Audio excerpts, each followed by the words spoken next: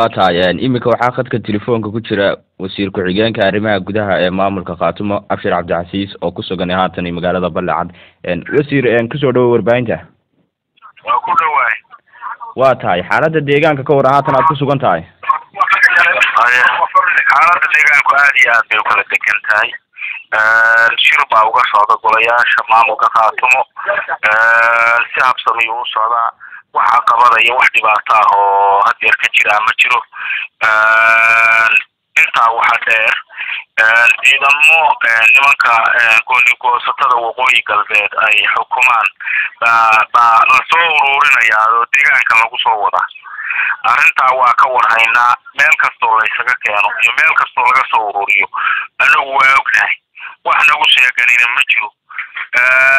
si iyagu ayaan ka warqabin oo ayaan hadda dhaadayn baa la isaga celin doona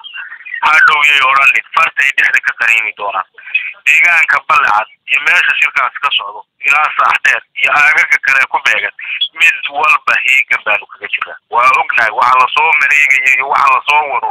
iyo wararka ku tiri ku teenta meelaha inta laga dhoobdhoobay xagga